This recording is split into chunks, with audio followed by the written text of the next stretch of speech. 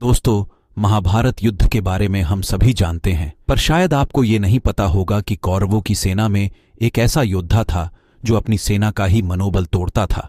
वो योद्धा हमेशा कर्ण और दुर्योधन समेत अन्य योद्धाओं का मनोबल तोड़ता था। हम बात कर रहे हैं राजा शल्य की।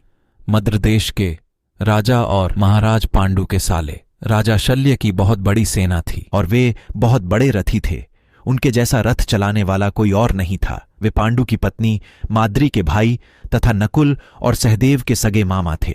जब कौरवों और पांडवों में युद्ध की घोषणा हुई तो पांडवों को पूर्ण विश्वास था कि राजा शल्य उनकी ओर से लड़ेंगे। राजा शल्य जब युद्ध में भाग लेने के लिए हस्तिनापुर के पास पहुंचते हैं तो वहां उनकी सेना के लिए बहुत बड़ा विश्राम स्थल देखते हैं।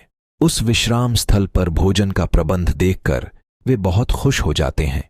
उन्हें लगता है कि सारा प्रबंध युधिष्ठिर ने किया है। वे मन ही मन युधिष्ठिर को धन्यवाद देते हैं। तभी वहां छिपा दुर्योधन उन्हें बताता है कि सारी व्यवस्था उसकी है। राजा शल्य उस स्वागत सत्कार से इतने खुश हो जाते हैं कि वे दुर्योधन को कुछ भी मांगने को कहते हैं।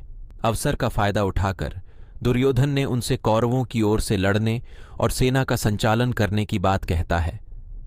राजा शल्य अपने वचन के कारण दुर्योधन को एक शर्त के साथ हां करते हैं। वो बोलते हैं कि वे कौरवों के साथ लड़ेंगे, लेकिन उनकी जुबान पर उनका नियंत्रण होगा। दुर्योधन इसके लिए राजी हो जाता है।